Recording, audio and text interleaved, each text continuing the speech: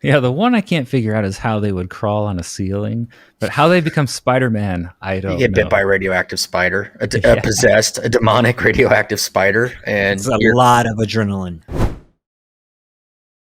Today we are talking about the true story behind the Exorcist movie franchise. We're going to be discussing what we know about real demons and exorcisms, how the Catholic Church determines a person is possessed or mentally ill, if and why possession really happens, and more. The curse behind the Exorcist franchise. So this is your ultimate guide before you watch the movies.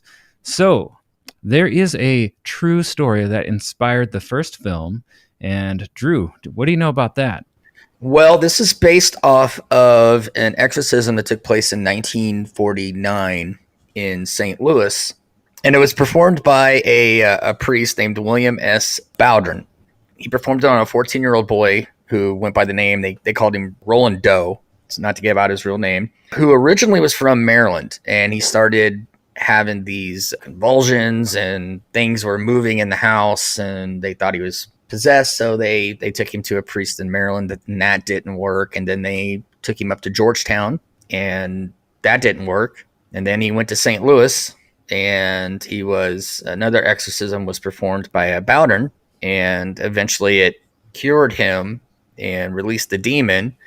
And Mr. Doe ended up going on to live a pretty long, normal life. He passed away in 2020. So, with that story getting out, that's where the author of the book, The Exorcist, William Peter Blatty, he wrote the novel in 1971, got a lot of his inspiration, and some of the things that you see in the movie, with things moving, came, from that story. Yeah, I remember reading that there were words on the boy's flesh, like hell and Mm-hmm. Satan and things like that. Yeah, stuff would like show up on his chest, and I think at one point they said they had him tied down, and he was able to slip his hand out of the restraints. He reached under the bed and pulled off a spring in the bed and started using it as a weapon. Yeah. And yeah, He cut the priest. yes, Yeah, that's crazy.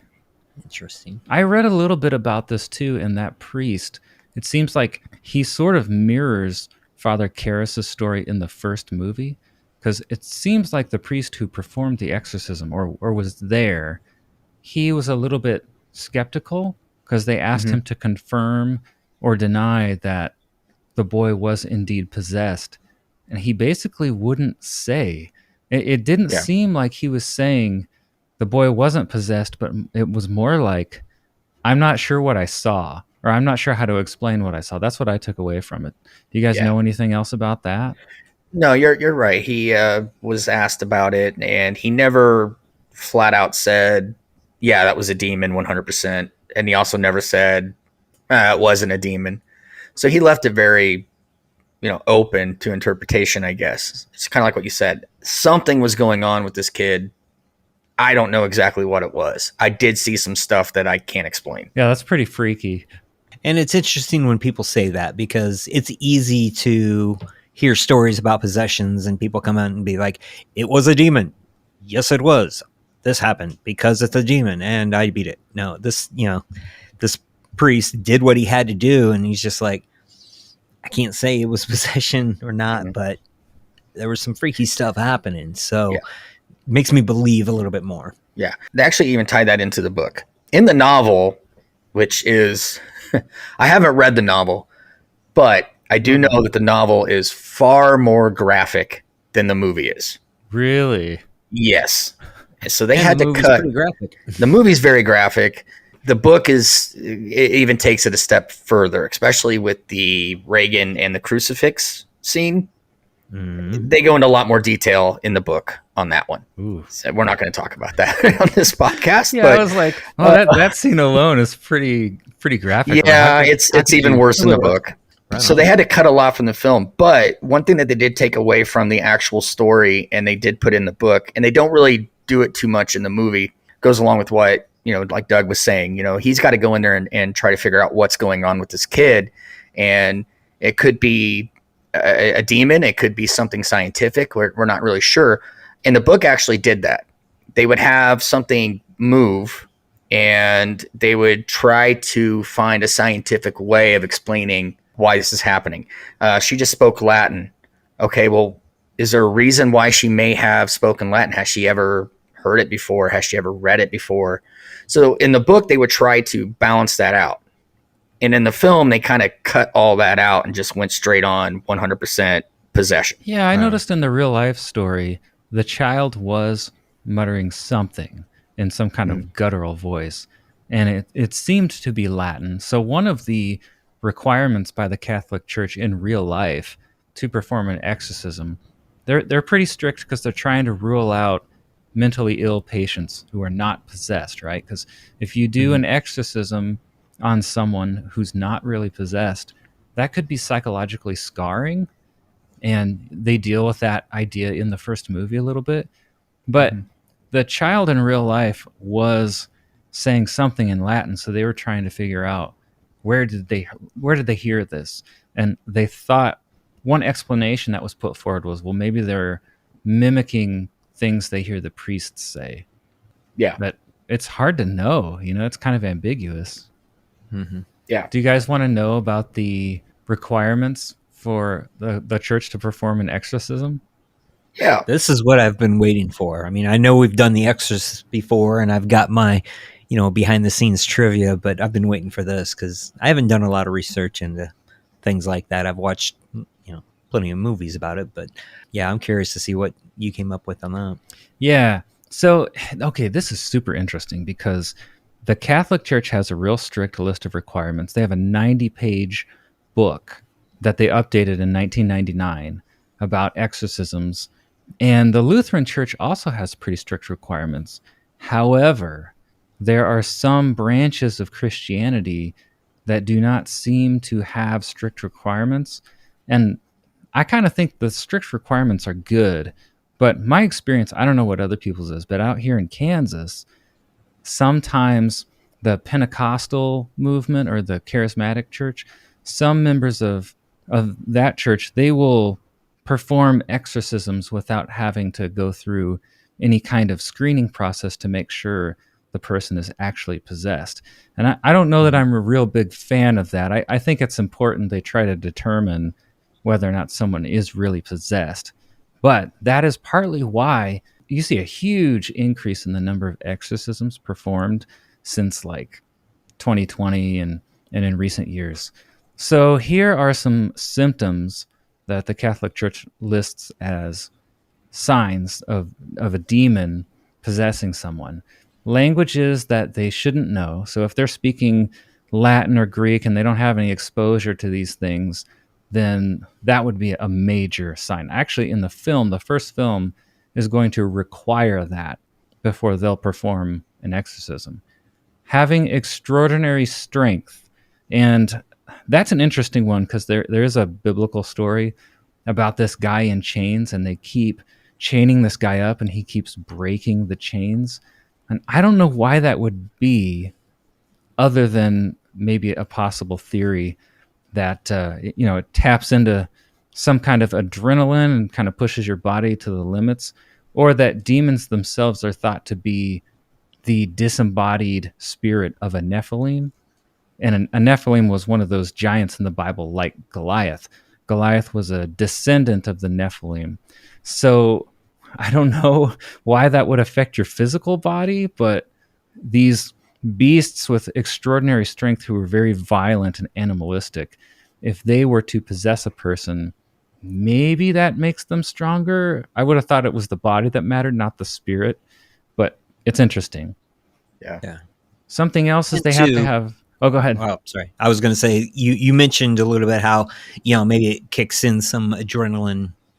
Everyone's heard the story of the car falling on the person and the guy picking it up, or the mom picking it up off the kid or something like that. Yeah. No one's ever seen it, but you've heard the stories. So, and it makes sense. So that could have some kind of fight or flight mechanism. I mean, especially you got to think, if you're aware inside. Yeah. I don't know. I've heard a few stories, where it's like some people remember a little bit, some people don't remember anything. But, if you're somewhat aware, well then, yeah, I mean, it's like, okay, I'm in my body. I'm not controlling my body. My body's not doing anything. I'm scared. And Yeah. that just adrenaline pumps up, and then all of a sudden, your body has that adrenaline, and the demon who's controlling it, if that's what it is, then now has strength. So yeah, that totally makes sense with the adrenaline. Yeah, the one I can't figure out is how they would crawl on a ceiling. I don't see that on the lists of signs here, but how they become Spider-Man, I You don't get bit know. by a radioactive spider, a Yeah. possessed, a demonic radioactive spider, and It's a lot of adrenaline. you're That could you're just be climbing up walls and intriguing to the ceilings. movie. Yeah. Well, aversion to holy objects like the cross or holy water is one of them. Mhm. So knowledge of events that you shouldn't know, that's another of them. They will harm themselves. We see a lot of that in the movies. Yeah. They hear voices, and yeah, that's pretty much their public list is stuff like that. Yeah. But yeah, the document on exorcisms is like an 80 or 90 page long book. And I noticed in the movies they quote some of the Psalms. Well, historically, King Solomon in the Bible was thought to be an exorcist, and so is Jesus.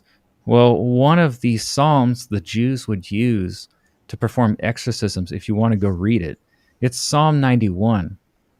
And in some translations, in some early manuscripts of the Bible, where you see pestilence and terror and words like that in that chapter, in some translations, in some early manuscripts, a demon's name is actually there, like a force of nature that they called a demon. So that's pretty interesting. Question for the group: when you think about something like this now, you just gave us a lot of information, and I have enough knowledge on the internet where I could technically take like the next 6 months, learn a foreign language, find out some random things. I'm here in Indianapolis, so if there was an exorcism, who would be called? Well, it would be these 3 priests. Okay, so let me find out something about each of them that's weird and do some research. If somebody really wanted to fake this, it's a lot easier now than it was back in the 70s. So you mentioned that there's been a lot more exorcisms performed in the past 3 years. Do you think a lot of that is people just have knowledge of how people act when they are possessed, and maybe they're just faking to see, I want to be a part of this, I want to make a scene, I just want my name in the paper? Man, I don't know. That's It's like a good the school question. shooting idea, right? Right. Yeah. That's a really Similar. good question. It wouldn't surprise me if some people deliberately faked an exorcism just to get that 15 minutes. Because we live in like a TikTok world now where everyone wants that little bit of fame and they want their name, and it's, that's what they're all about, right? Mm-hmm. So if you were to stage, an exorcism where, and you get it on video and you actually can con a priest or something to come over and do it, and you start talking about them, or you start speaking some Latin or whatever, and you get it on video, how many likes and views is that going to get? Tons. Yeah, I think that's a good question, Doug. And it wouldn't surprise me if there are some fake video. I mean, there's fake videos of everything else. There's fake videos of ghosts, fake videos of UFOs. There's fake videos of Alien bodies. of whatever. Yeah. But And dear God, why isn't there a reality show about this shit? There should I mean, be. if there's so many exorcisms happening now, why isn't there a camera crew following around this priest who's jumping around from town to town doing exorcisms and stuff like that? I mean, I'm surprised that hasn't come to that. Mm-hmm. Tell me, 5 years. It's going to be. There's going to be one Exorcist There, Hunters. yeah, something like that. My Bob theory Daring, is the Exorcist. this Oh, is okay. I don't know. This is a fringe theory. I mean, but I think it's because you've got more churches doing exorcisms that don't have the strict requirements. And a lot of Christian churches are independent. So some of those Pentecostal churches, they don't have a governing body. Like, we kind of look at, oh no, governing body for a church, large organization, bad, right?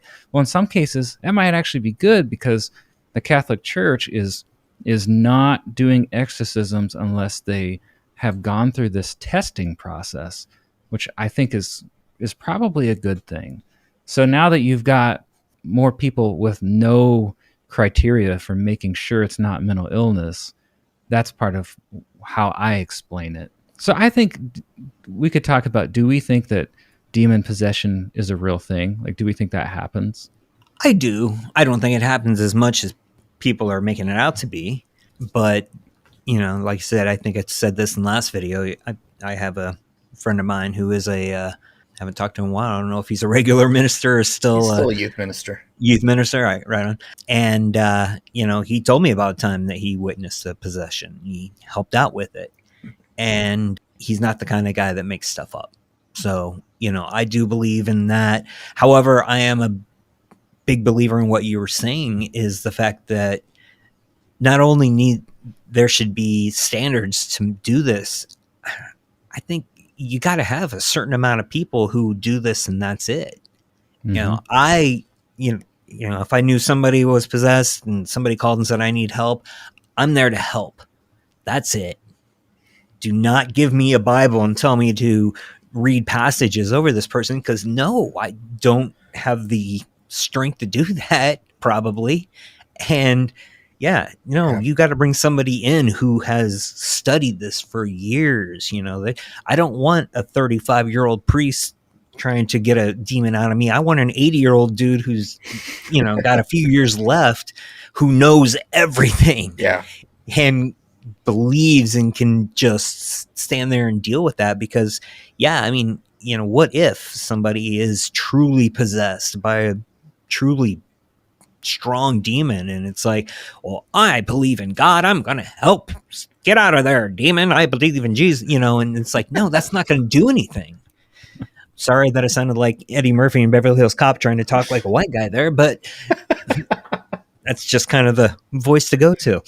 So anyway, I think that's something that a lot of these people who are doing these really needs to look into. Just because you read a couple books or something like that doesn't make you an expert. Just because Doug is ordained, you are still ordained, right? Whatever, if that still counts. Universal Life Church. 15, 20 years ago. I have it. He can perform weddings. But for instance, speaking of possession, there's this great book. It's called The Day Satan Called. And it's written by this preacher that was preaching out in California back in the 80s. His name's Bill Scott, and it's the most amazing story I've ever heard, or one of. I shouldn't say ever, but great story. And that's he's chosen, but at the same point he keeps saying, I'm not the right person for this. Like this lady who has multiple personalities or has some possessions, some weird stuff happened throughout this book. And the whole time he's just like, I'm not this guy. I'm a youth music minister at a mega church that runs a radio station. I'm not an exorcist. I can't be a part of this, but at the same time, he can't step away. There's this woman who's dealing with a lot of stuff. So, and at the end, basically that's why the story, that's what really I like about it, is at the end, he's just like, I can't help you anymore. Please leave. He's given years of his life and, just all this stuff trying to help this person who's dealing with all, whether it's possession or whatever the case is. And he's just like, please leave. Now he does find out a couple years later, she did find the help she needed. She's fine. And, it's a happy ending. But that's what I think a lot of people need to look at it when, if they're getting into that. It's like, look, you're not ready for this. Yeah. And you can believe, in God all you want, and that he's going to protect you. And I believe that God's going to protect you as much as he plans on it. But at the same point, that's some crazy stuff you're about to deal with if it's a true possession. Yeah. Mm-hmm. I heard that podcast. Doug played that podcast for me. That's an amazing. Yeah. And he's like, you need to listen to this. So he put on the podcast, and they had that guy come on and talk about this story about how a lady would call in, and he ended up becoming concerned, and he got involved. And it took a lot of years of his life trying to help this lady. But yeah, at the end, he just, like Doug said, he just said, this is out of my pay grade. I can't do this. Yeah. Well, I've mentioned the origin of demons in our Exorcist 1 episode. I'm going to expand on that a little bit here. First, Cool. did you know that exorcisms were basically universal in all religions, like in the ancient world? There are a couple that are more like naturalistic religions that don't account for demons and exorcisms.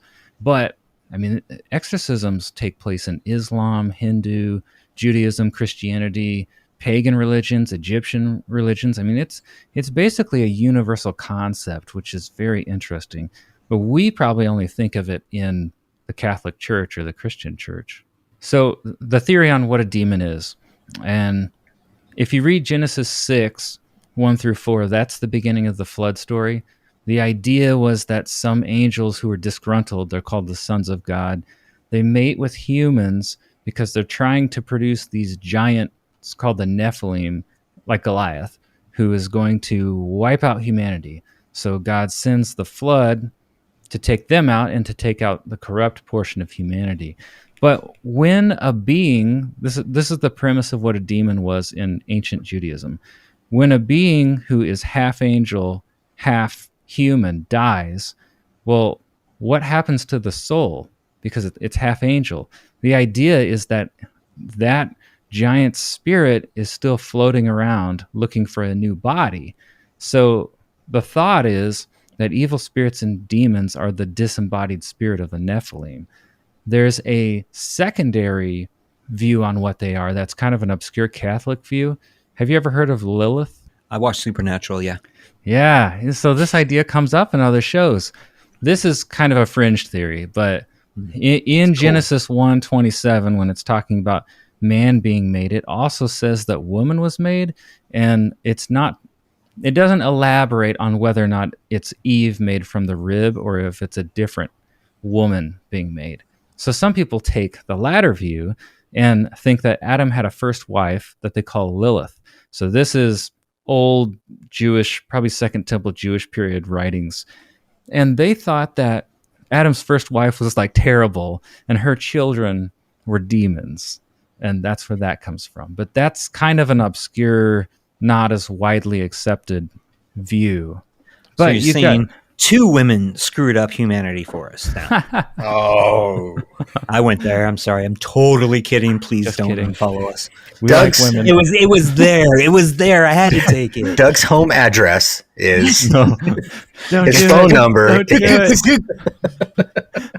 So the more widely accepted view was that disembodied spirit of a Nephilim. So the thought is that when Jesus comes along in the New Testament and he's casting out demons or evil spirits from people, that's what those are. Those are those spirits from the giants in the Old Testament period. So now, this is the thought I had. I've been trying to figure out, and I don't want to spoil anything in the movies, but how the demon gets over to America. Because this connects to how common I think exorcisms and demon possession would be. If that's true, we don't know how many Nephilim there were, but they were all in the Middle East, right? So if they were going to possess someone, provided this theory's true, if they were going to possess someone and get to America, they'd have to possess someone who was going on a boat or a plane or something and get over here. The only other thing I can think of is at the beginning of the first movie, there is some kind of idol, like a ceramic or stone idol of Pazuzu. And I think what the film is saying, it's not real clear, is that the demon possessed the idol and then was brought over to America. Is that what you guys know of that? That could be it. I mean, So they wasn't show the the priest head, kind of- they find it. yeah, wasn't the priest an archaeologist too? Yeah. So he would be there digging. And he found the head of the Pazuzu idol. I mean, I found it. It's an Assyrian demon. That's what possessed Reagan. Right. Well, when you get into some of the other movies too, like The Exorcist, The Beginning and stuff, they kind of show that he has been kind of battling Pazuzu his entire career. So it could just, I don't know. I just kind of always thought, man, honestly, I never gave it much thought. I just thought demons can go where they want to go. But I think the demon was already there. At the beginning, I think that was the priest doing research and finding more information about Pazuzu. Because remember, Reagan was playing with the Ouija board talking to Mr. Howdy. yes, in the attic. Yeah. So, and it was playing with the Ouija board and letting it in. And, you know, depending on what you believe with Ouija boards and everything like that, you know, you have to shut them down. You have to say goodbye. You got to do all this stuff, which she never did. So that left the door open, which brought the demon out to possess her. So I don't think there was anything, you know, that wasn't like, you know, I don't know if they went with a cursed object or anything like that, but they actually kind of showed that a little bit when they remade it and added some more stuff, because that's when I think he realized who he was fighting. Because at the very end, possession, when she breaks free, she stands up and she's like making this pose going, ah, you know. They put that. And when they remade it, they superimposed that statue that was doing the same pose. Yeah. So that's when it's like, that's when the father's like, oh, Pazuzu, here we go. You know. Yeah. So yeah, I don't think the idol had anything to do with possession or curse or anything like that. I could be wrong. That's just the way I saw it. It was all about using the Ouija board by yourself, dealing with demon, you know, opening doors and stuff like that. See, I thought it crossed the seas in the idol, but I'm not sure. Because back in biblical times, a god, like lowercase g, right? They're basically, what I'm saying is fallen angel or a rebelling angel. They called those gods during the Old Testament period. A god could possess an object, but demons, as far as I know, only possessed people or things with bodies. Not that they couldn't possess an object, but a God, like Satan would have been considered an Old Testament God, not on the same level as actual God, right? These are lower beings. These are just angels. Lowercase God. Satan would have been able to possess an idol. People thought that they could make a doll to be like a house for a god or an angel. And then they would pray to ask this being to come into that idol so they could barter with it for fertility, to make their crops grow, things like that. So those would be beings equal to Satan. Those would be the gods, but demons were the children of the gods with human women. So I don't know. I thought I saw that in the film, but I'm really not sure. We also don't know, because part 2 really muddies the water. Maybe the demons can sense people who are telepathic. But so, you know, I like to dig into the history because it's fun. Yeah. The belief was that spirits cannot cross water. Water is like their kryptonite. So they would have thought that, I think they would have thought that a demon can't cross the waters. You know, like the river Styx? Mm-hmm. Oh, yeah. The river that divides like the world from the underworld. It divides the living and the dead. That's where that idea comes from. Like they thought that souls have to go across in the boat with the escort, and they can't escape the underworld because there's this moat around it. So, but, yeah, you know, I guess how, we really how don't. old are demons, though? You know, because if it was, you know, if the demons were around back in, what was that, Pangea or whatever, is that what it's called? Yeah. When all the continents come together, then they could have walked all over, and then all of a sudden one day it's like, all right, well, I'm heading back home. Oh, where'd that ocean come from? Well, guess I'm stuck in California.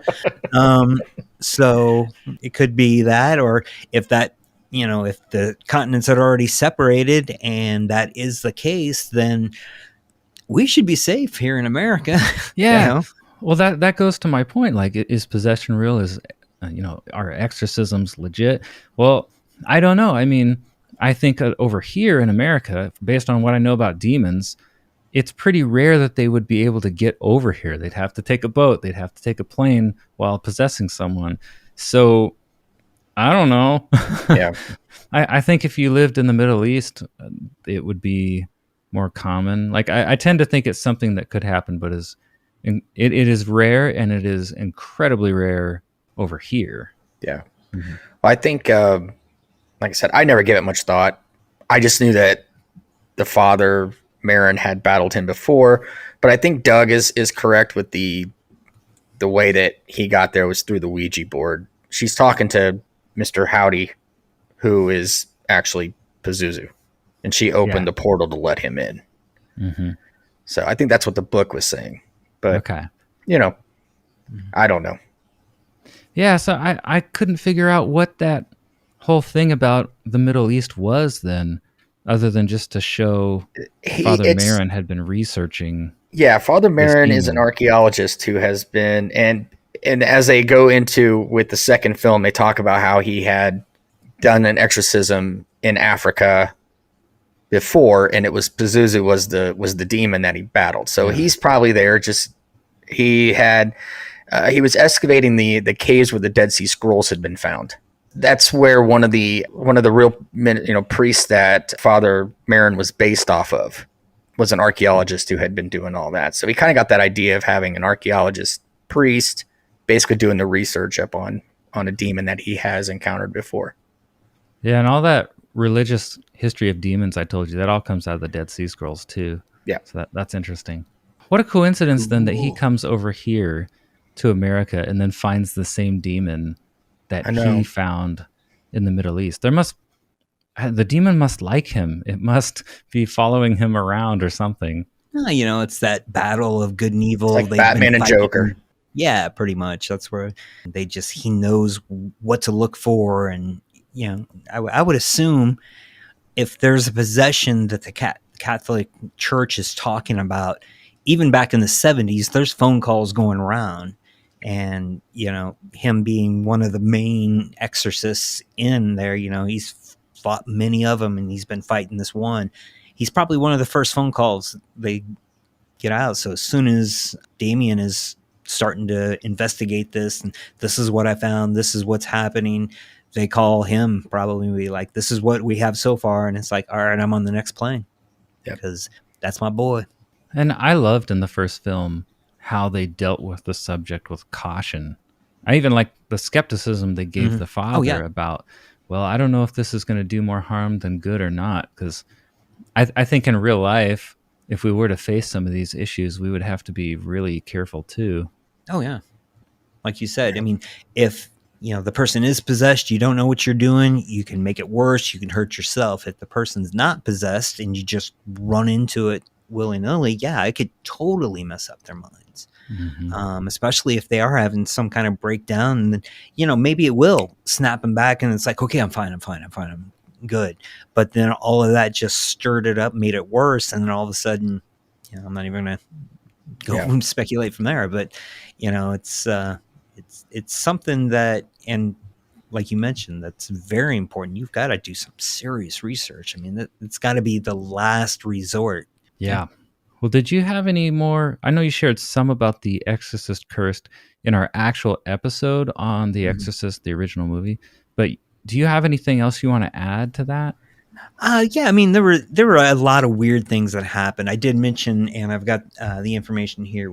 The actor who played the director in the movie, who was drunk, who ended up getting thrown out the window by Reagan. I mentioned that he died like a week later. That was incorrect, but he did pass before the movie was released. Died from influenza. He got pneumonia while he was at a movie premiere in London and just never recovered from it. Wow. Another person who passed before the movie came out was Father Damien's mother. She didn't make it to the movie premiere, and that was actually, if I read correctly, that was her only movie credit. She wasn't an actress. She was at a restaurant, and they liked the way she looked, so they're like, "Come in, lay on this bed, and say a couple lines in Italian." Yeah, so she passed away before the movie came out. There were a couple stagehands that accidents happened, or car accident or something like that, and they passed away during or right after the movie as well. Both Reagan, Linda Blair, and Max von Sydow had deaths in their family while they were filming this movie. Jason Miller, who played Father Karras, Damien, his son was in a serious motorcycle accident while they were filming. He didn't die, but it was pretty close. Wow. There were many production delays. There was a fire that took out the entire set except for the bedroom. where The Exorcist took place. So they had to shut down filming. This movie took a year to film. Man. Because stuff stopped happening, production delays, the fire, that was 6 weeks. They had to shut down and rebuild and everything like that. So thank God the movie did make some money, because it cost so much to make. Ellen Burstyn had a really bad back injury while filming it. I think it was when it was a scene where she gets smacked and gets thrown into the wall. Yeah. I think she messed up her back during that.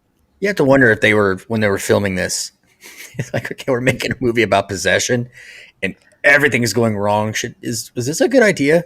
Should we just stop? Yeah, there's not very many people in this movie in the first place. Right. To have that much death connected to it, that is a little spooky. Yeah. Yeah, I remember they were actually interviewing Ellen Burstyn about this, and she was talking about one of the people who died. He was in charge of the refrigeration of the room. Oh, so because you see when their breath. It was basically a refrigerator in there, and he was the guy who controlled that. He died while the movie was being filmed. Wow. Man. So it's just all this weird stuff. And then, of course, once the movie was released, then more things started about the curse. You know, all the people who fainted while they were watching the movie, running out of the theater, vomiting everywhere. You know, they're like, "Oh, I've been possessed. This movie's cursed." And, you know, again, it was early 70s, so the shock value wasn't quite as severe as it is today. Yeah. But yeah, it's, you know, so a lot of people are saying the movie was cursed because of that. Of course, you know, just like anybody, you see something creepy, you're going to think about it. You're thinking about it when you're in bed, you fall asleep, you dream about it. Now it's like, oh, now I'm cursed because now I'm dreaming about it too. You know, I've got the demon in my head. So yeah, there was tons of talk about cursed movies and everything. And they talked about that for years. And then I think I mentioned in the last podcast about this, same thing happened with Nightmare on Elm Street. There were a lot of crazy things that happened while that was being filmed. I don't know too much about it, but that's what was it called? The New Nightmare? Yeah. That's basically what that movie was about how much crazy stuff happened while they were filming that movie. That's why they brought back the original actress. She played Heather Langenkamp. Yeah, they all played themselves. Even Robert Englund. Robert Englund. Englund played Robert Englund and Freddy in the movie. Yeah. So yeah, that movie was kind of very loosely based off of things that happened while making the movie. Interesting. And reading through this stuff, and I skimmed because I hate reading. So, you know, it's almost, I wouldn't be surprised if sometime soon, especially with this Exorcist movie that's coming out here next month, we'll probably see a movie about the making of The Exorcist, because, you know, there's just so many stories to tell about that. And, I mean, Ed Wood did great. So, oh yeah. Yeah. Yeah. I mean, you could easily do a good hour and 45, 2-hour movie about the making of this and all the crazy stuff that happened. Interesting. And even take it further with what happened after, you know, with people going to the movies and everything. Mm-hmm. Mm-hmm. Well, my mom saw it when it came out in theaters. Oh, really? Oh, wow. She told me that she went on it. She's in high school. She went on a date, and I don't know if it was their first date. I think it was their first date. May have been their last date too. She said that's where they went. Oh yeah, we went and saw that in the theaters on a date. It's like, how was that? Wow, what a movie to watch. Yeah. Well, that would be interesting to hear some stories about that. I need to ask her about that next time I talk to her. We are going to cover the entire Exorcist franchise here. I believe we're going to combine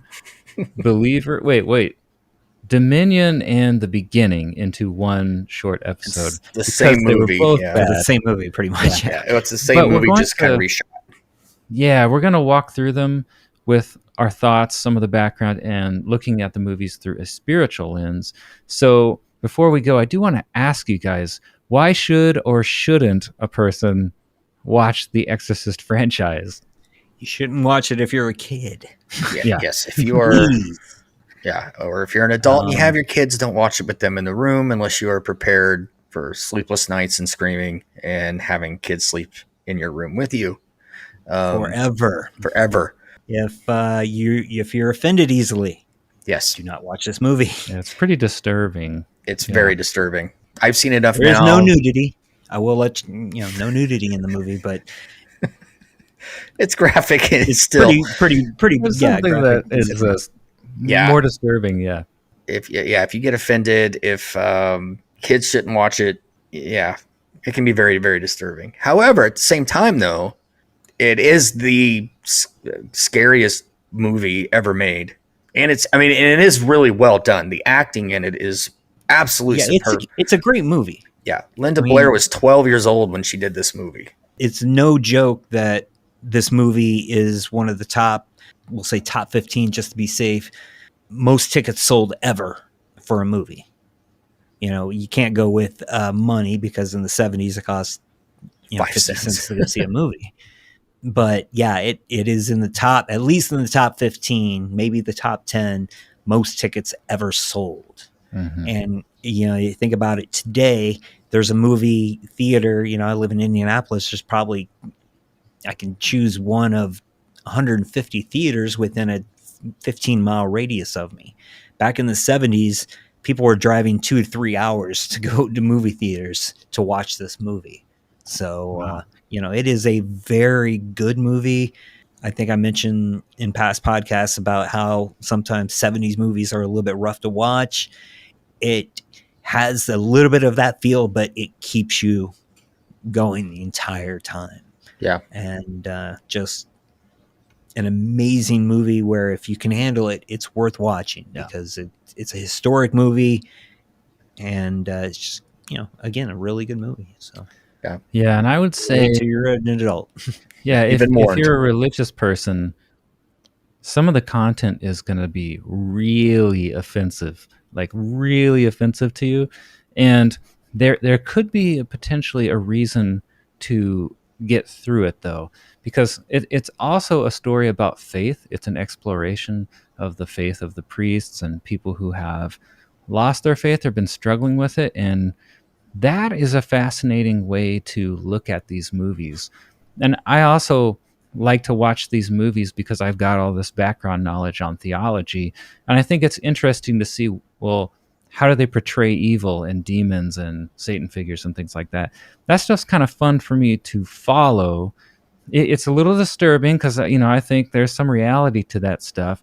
So when you're watching a movie like this, it makes you very uncomfortable.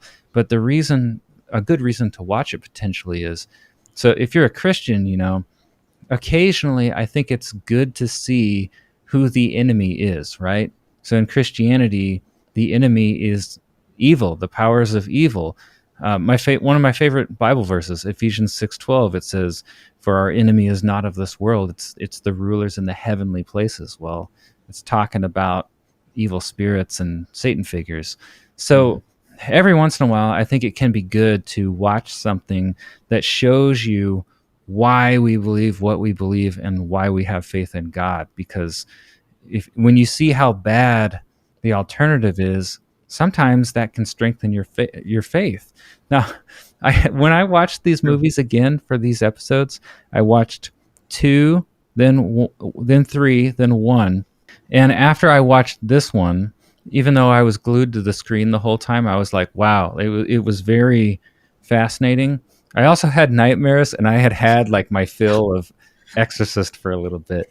And I'm a little bit dreading the new one, partly because I don't know what I think about it based on the trailers. It is going to be a different style because it's more modern. I'm curious too. Yeah. We don't know what we're going to get till we see it. Is this just a money grab, or is this going to be a decent story? Yeah, and will they just give me a decent story? I don't need to see a rehash of the first one with 2 girls this time, and and we brought the mom back. Yeah, like I just give me something good. Yeah, and I wonder if they'll keep the faith journey, because that has been a part of. I can't remember if it was part of 2, but the priest and his relationship with God was central to the first one, and then the third one we'll talk about it. But Bill is going through a similar faith journey, and in the first movie here, I got really drawn in by Father Karras's story and his relationship and faith in God. So those are some reasons to watch it. There are some reasons to not watch it too, if you really don't want to see some really disturbing stuff. Just know what you're getting into, but there is a way to frame it that is actually positive for your faith. And real quick, if I mentioned a book earlier in the podcast, The Day Satan Called, written by Bill Scott. If you're interested in that book, check out the link below. The book is on Amazon, and we work with Amazon to kind of give you something to look for if you're, interested in the movie or the subject matter we talked about. For instance, Exorcism. This is a great story you should check out. Read it. So click on that, and we get a couple cents to help us pay for making these podcasts, and that way we can make more and keep going. Yeah, we try to put some cool movie merch in that description for you. So we will be back soon with our discussion on The Exorcist Part 1. Actually, that's already up, but we'll be covering 2, 3, the dreaded prequel, and the new movie shortly. So tune in for that. We'll see you next time.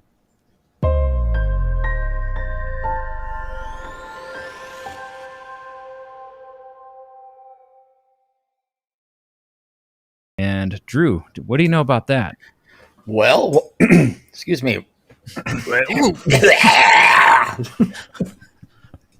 Sound like That's all I know.